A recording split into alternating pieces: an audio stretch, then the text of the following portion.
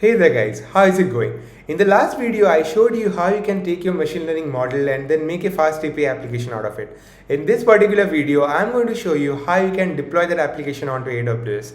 So if you haven't watched the last video, it is a prerequisite, go ahead, watch it. You'll find the link somewhere here on the top and yeah, do that first and let's get started.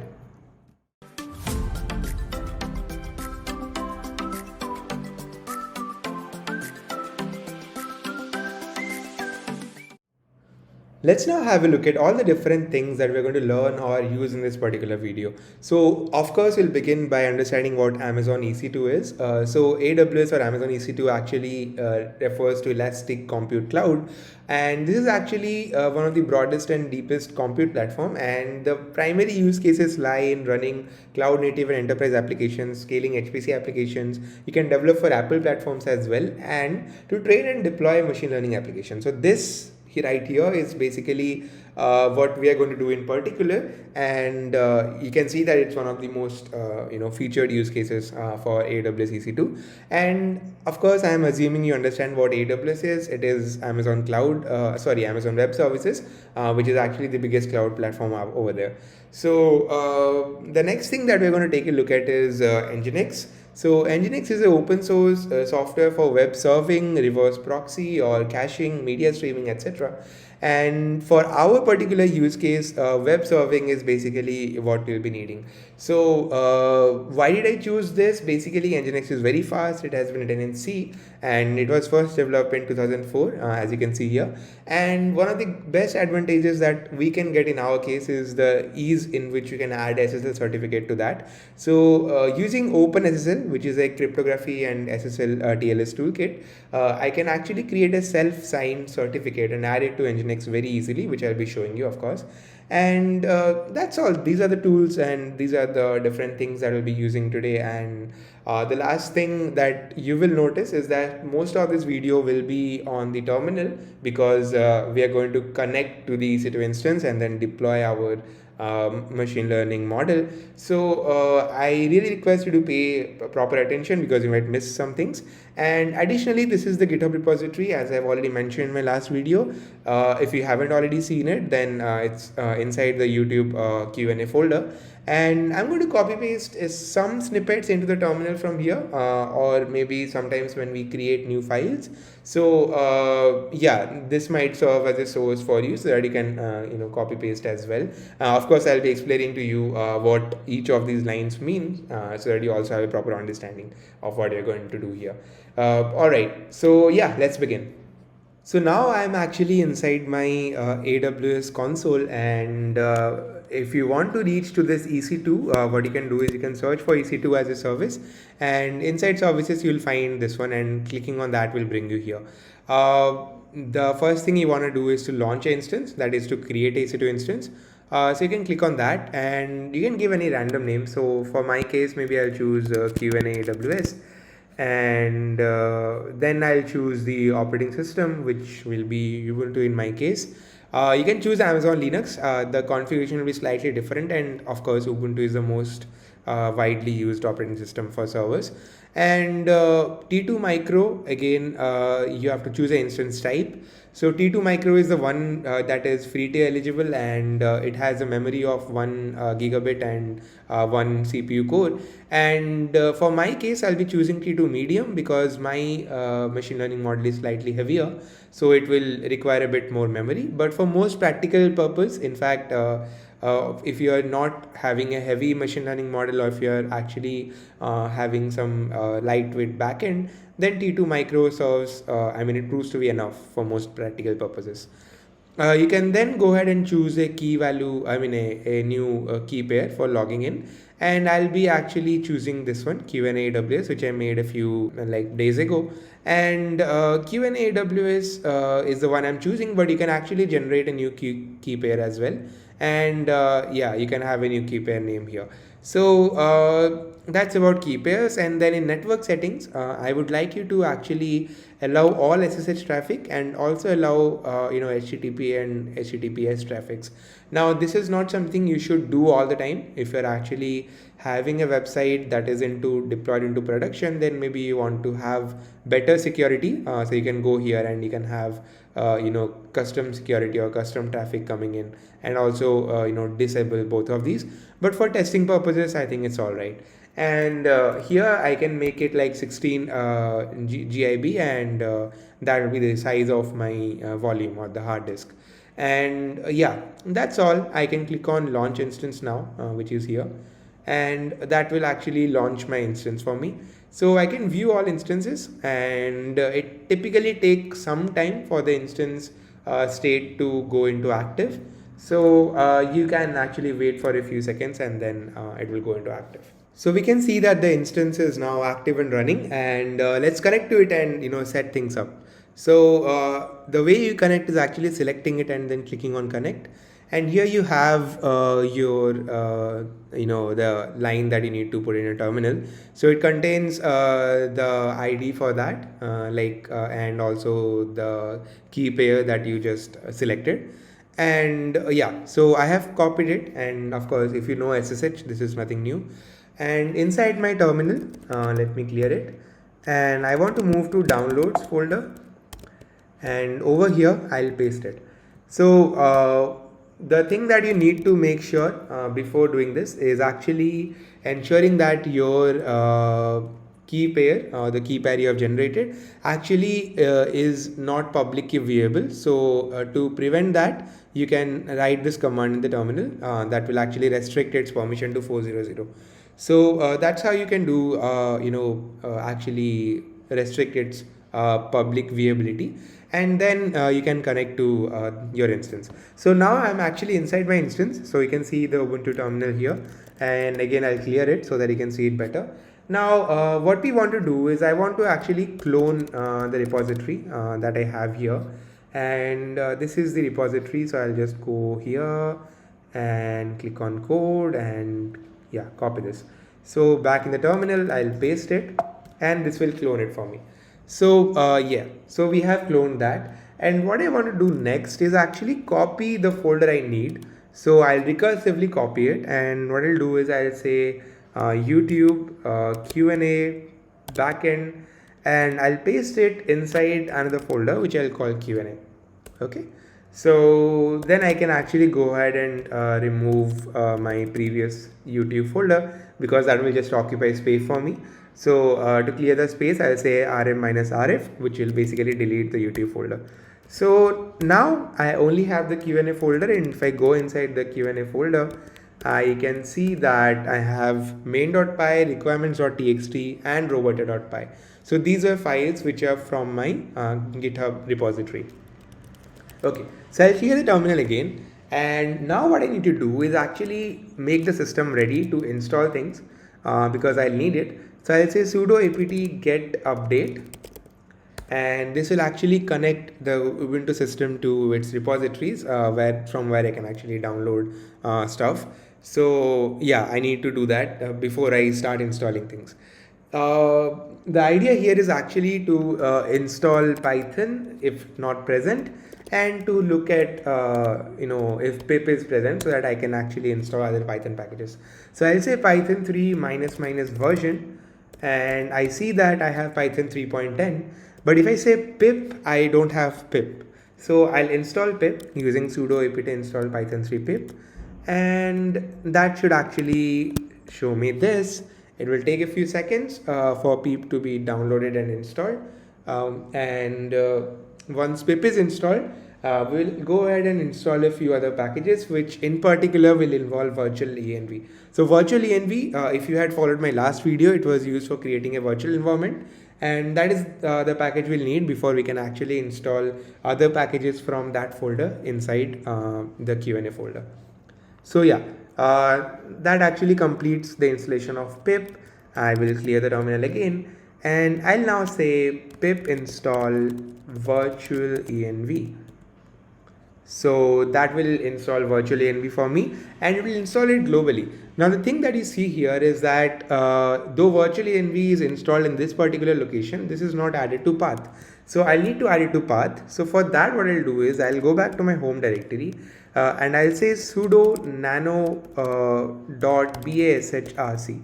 So this is basically the bash configuration file, and here I'll write export path equals path and this the path that I want, and yeah, and I'll then save it. So Control O will write it out and Control X will exit it.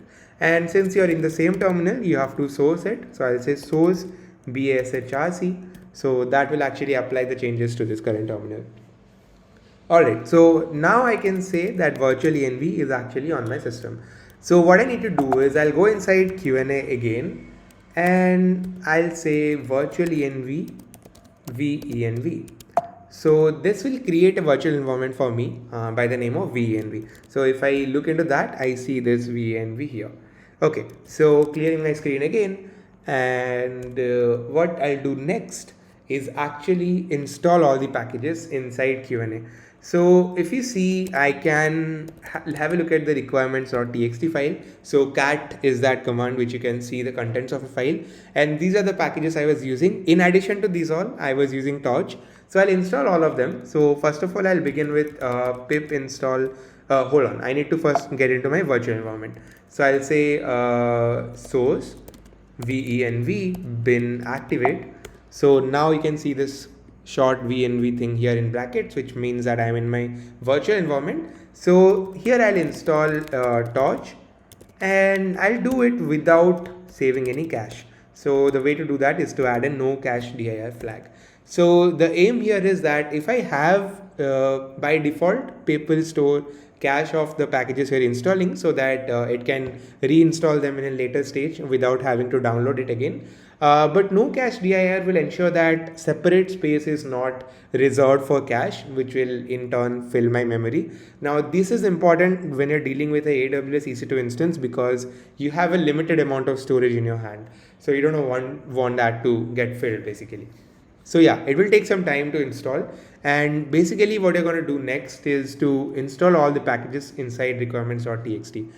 So yeah, torch is installed. As I said, we have to do pip install -r requirements.txt, and again, you guessed it, no cache dir.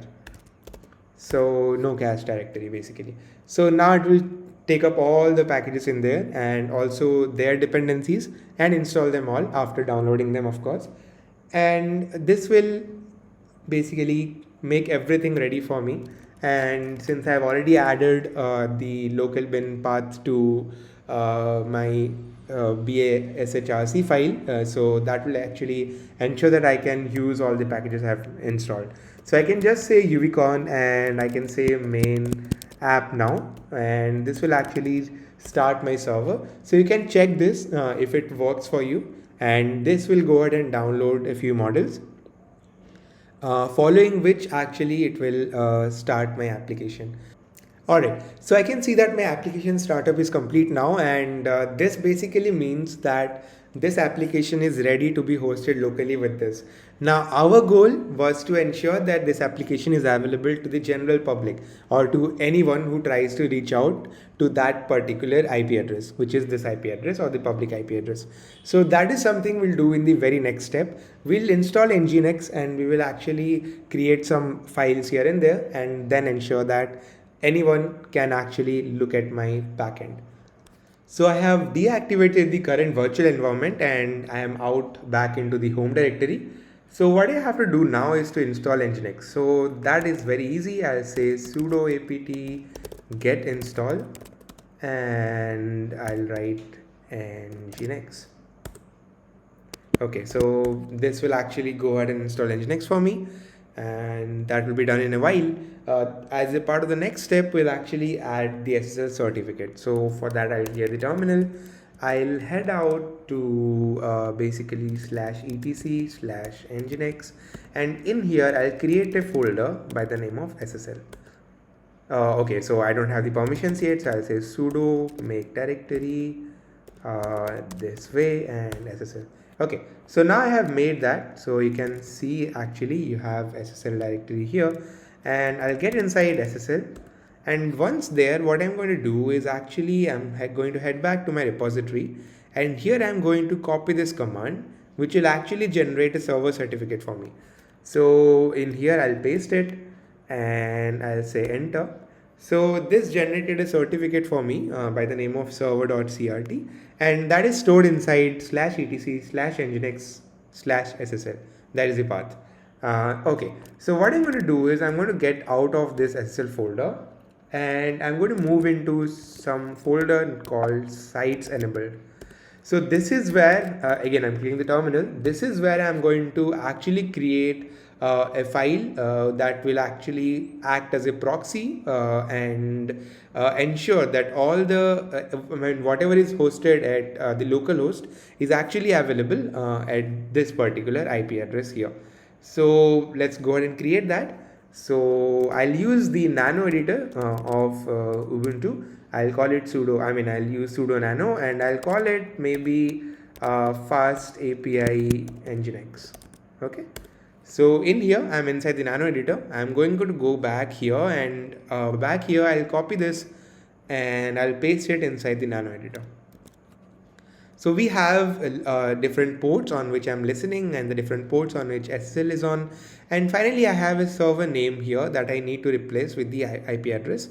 So I'll go back to my EC2 instance. I'll come here. I'll copy the public IP address, and back in the terminal, I'm going to replace that. So this is where I will be replacing. So I'll just go ahead and paste it. Okay, so that's done. I can write out this file and I'll exit. Hold on, I might have missed a semicolon, so I'll just go ahead and check that out. So in here, yeah, after server name, I missed a semicolon. So I'll just add it, and yeah, I'll write it out again and exit. Okay, so now I need to head back to my Q&A folder. So I'll say cd home ubuntu Q&A. And inside Q&A, I will now activate my virtual environment. So I'll do that using source venv bin activate, and now it's done. So what I need to make sure now is that my the lines I wrote inside Nginx as a service that runs. So I'll say sudo system Nginx restart. Sorry, sudo service Nginx restart. So that actually restarted my Nginx for me. And what I'll do now is say uvcon main app and reload. So this will take a little while for it to load, and once the application has started, we can visit the particular URL and I'll show you the magic. Alright, so the application has started up and it's complete. So I can head now to this particular website here, which is the public IP address. And it will show me that the connection is not private because we have self-signed our certificate. So that's nothing to worry about. You can still visit the website. And in here, if you move ahead to docs, then bam. This is our FastAPI application which we had seen in the last video. So it is exactly like that. It is completely functional, which will obviously give a try at the end. And we have actually ensured that anyone with this particular address can actually visit or maybe send requests to my API, which actually will be a client application in this context. Now there is one big problem here. Like, it is okay that we can actually load everything, we are able to visit docs, we are able to see everything, but this will work as long as this command is here. In other words, you have to keep logged in, or you have to be connected to that system, to your EC2 instance, in order for this website to be, or this backend to be returning responses to your requests. I can easily show you that by actually stopping this or shutting down the process. And if I refresh this page now, I get a bad gateway. So that is because nothing is now deployed on my localhost 8000 port. So yeah, what we need to now do is actually to ensure that this keeps running even though I'm not connected to my EC2 instance from my local terminal. So how do you do that? So for that, what we have to do is, if you head back to this repository, I have a file here for you, a service file basically, which we need to place inside etc system d system. So how we are going to do that, I'll just copy it, and what we'll do now is we'll clear the terminal. Again, I can deactivate this environment, and I'll head to /etc/systemd and /system. So in here, if I do a ls, I see there are a lot of services around, and I need to create a service. So I'll say sudo nano, and I'll again use the nano editor. And this time the service name, I'll call it Q&A service, because that was what was written there. So I'll also say that the same, and it's Q&A service here, and in here I'll paste it. So what are we going to do here? We have basically written a service file, and we are describing it. We are setting the working directory to the Q&A folder. We are setting the environment, and we are setting the execution start command. So this is exactly what is being executed every time actually I'm trying to run my server or run my application. So that is all I have put in here, and I will actually write out and I'll exit. So in here, the last thing I'll do is, after heading back to my home directory, I'll paste this thing that will sort of link together the service and Nginx. So I can copy this, I'll go here and I'll paste it, and done. So yeah, so what I did was I restarted my Nginx. I also went ahead and started this Q&A service.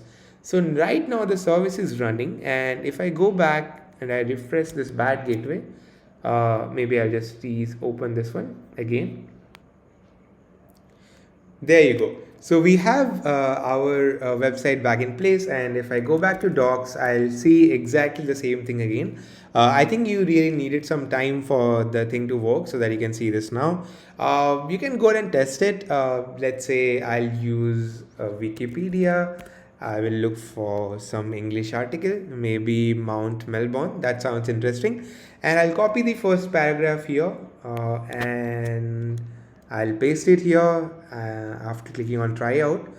And what is the question that, okay, maybe how high is Mount Melbourne?